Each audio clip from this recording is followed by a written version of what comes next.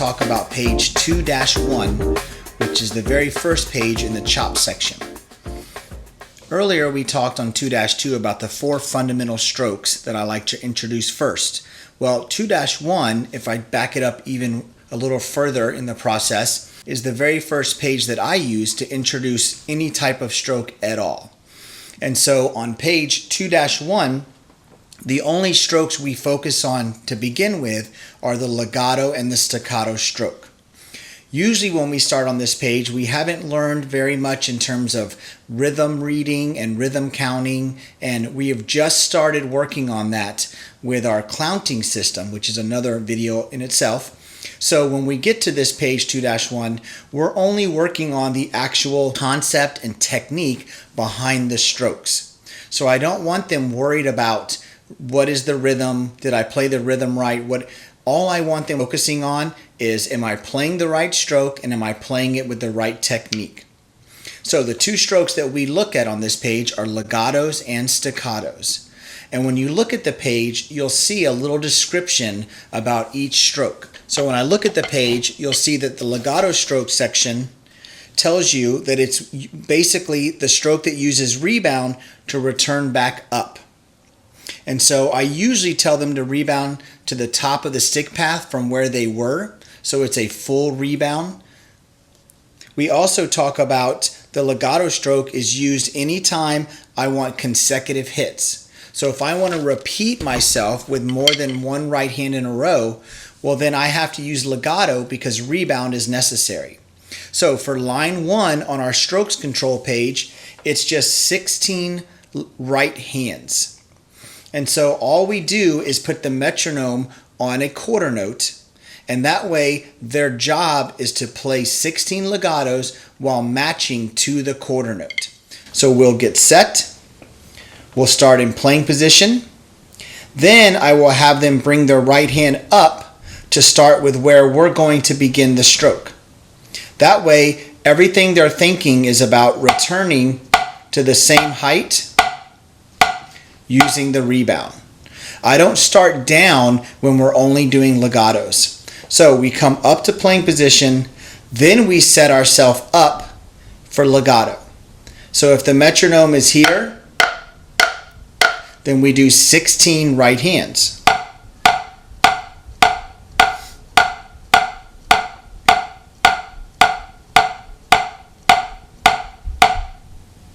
And then when we end up.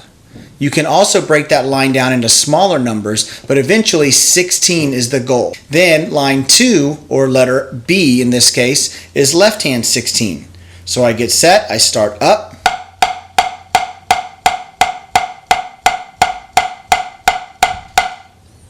and we focus on floppy wrist, we focus on lots of rebound, and then we also focus on keeping that fulcrum set while keeping our back fingers on the stick and relaxed. So we're trying to practice not adding tension that's unnecessary. So with my floppy wrist and my grip set, I maximize the rebound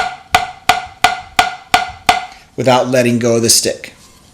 So line C then is where we need to start with one hand but then finish with the other. And if I'm only doing legato strokes, then I start in playing position, I bring both hands up, and then when I switch hands, I do it from the up position.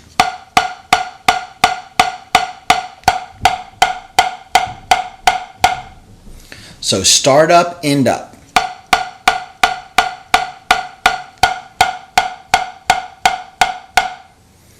And again, since I'm only doing legato, everything's about the up ending position because of the rebound. Then I go to line D, which is my 4 on a hand. Same concept. Playing position, start up, 4 on a hand.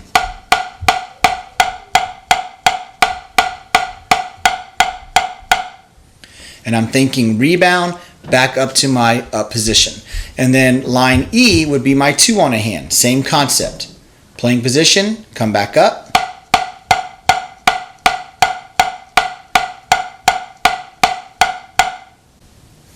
And to start the process, I'm not adding an extra hit at the end, what we call the period. We're not adding that yet. We're just playing exactly what's on the page.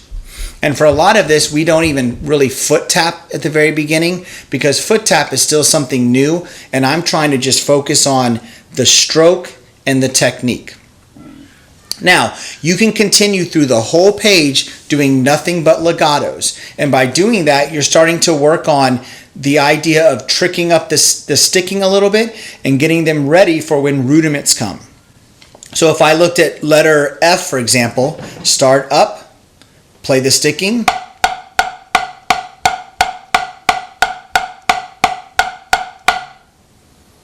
look at letter G, we talk about the sticking, all up, right, left, right, left, left, and repeat.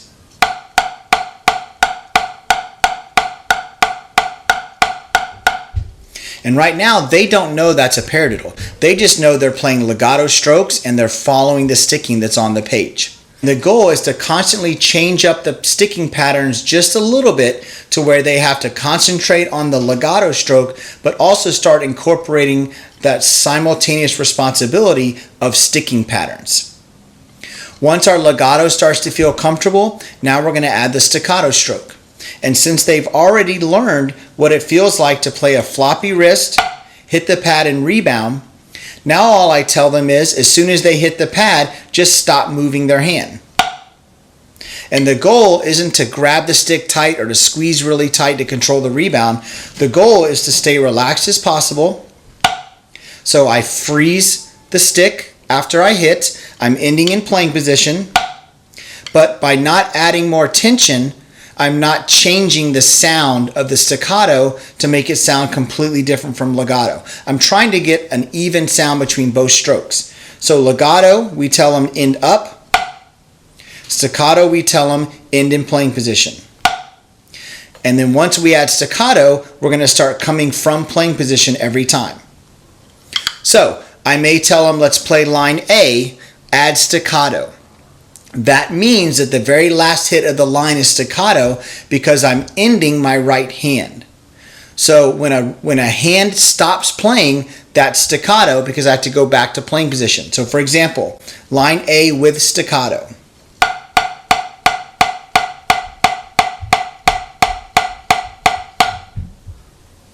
And the goal was the last hit stays down because I'm done. And when I finish now, I want to finish in playing position. And so then I start incorporating that into all of the lines. So for example, if I did letter C, 8 on a hand, well, 7 legato, 1 staccato on the right, 7 legato, 1 staccato on the left.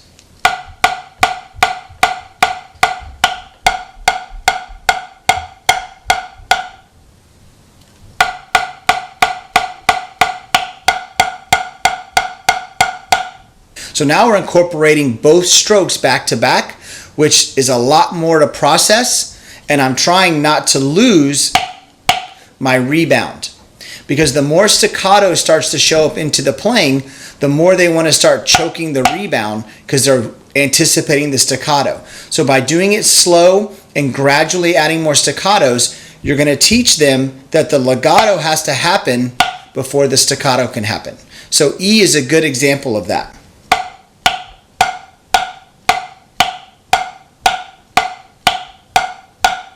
So we're making sure legato staccato and not going legato staccato, but playing 2 staccato feeling strokes. Okay? And then again, you can work through the whole page adding the staccato. Now, another thing you can do on this page is actually change the height of the strokes. They don't all have to be a full-on floppy wrist stroke. As they get comfortable, we'll start changing the height. So for example, I'll tell them play lines A and B at 3 inches.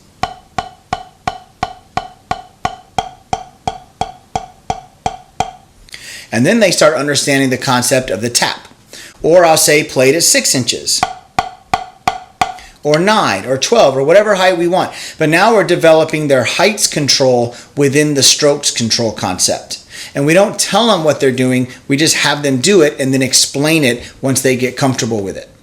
So another idea is that once we've gotten to that point, we're going to add the period at the end of the line or the release. And so what we tell them is that let's play one more hit on the same hand you started on, and that's the period to the sentence. So letter A will be 16 plus 1. And then they'll understand that the plus 1 is now the staccato, not number 16.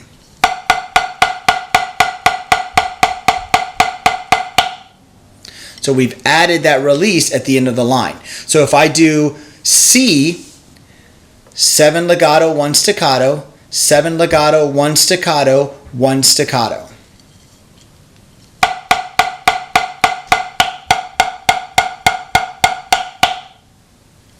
And then, of course, now they know 8 on a hand. So we tell them it's 8 on a hand, and then we start adding in repeats where I'll say, let's play line C 4 times. But the period only happens once because the entire thought isn't finished until after the 4th repeat. So it's only 1 period per time that we play the exercise. All right, the last thing that I use 2-1 for is to introduce rudiments.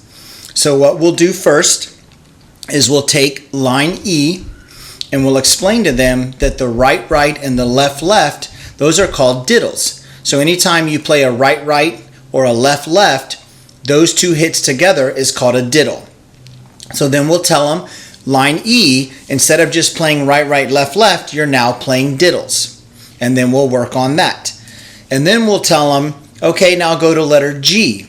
Well, some rudiments are just sticking combinations, and so letter G is a specific sticking combination of right, and then left, left.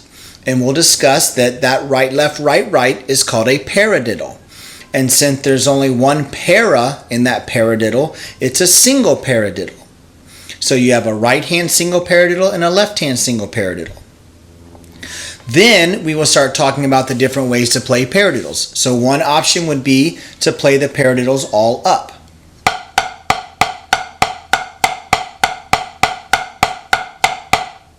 And then you have your period at the end. Another option is that we can play them all at 3 inches. So we'll do that.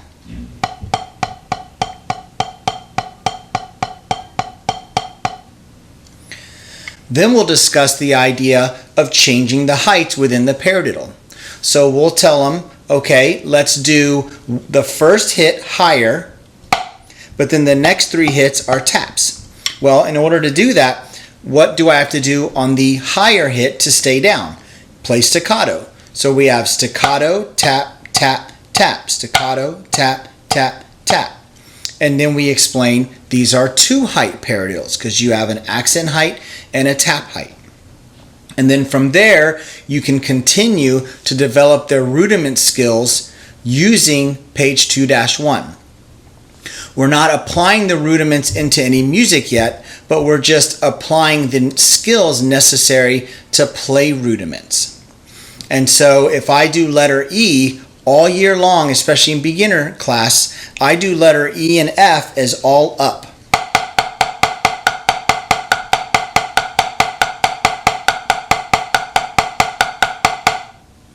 Because I want them to start working on the idea of speeding up the rights and lefts. And throughout the year, we'll work on faster and faster to start developing into our roles. And so by having those early rudiment skills in place, then it's easier to move through the rudiments later in the year when we really start applying them to music. Okay, so that's 2-1.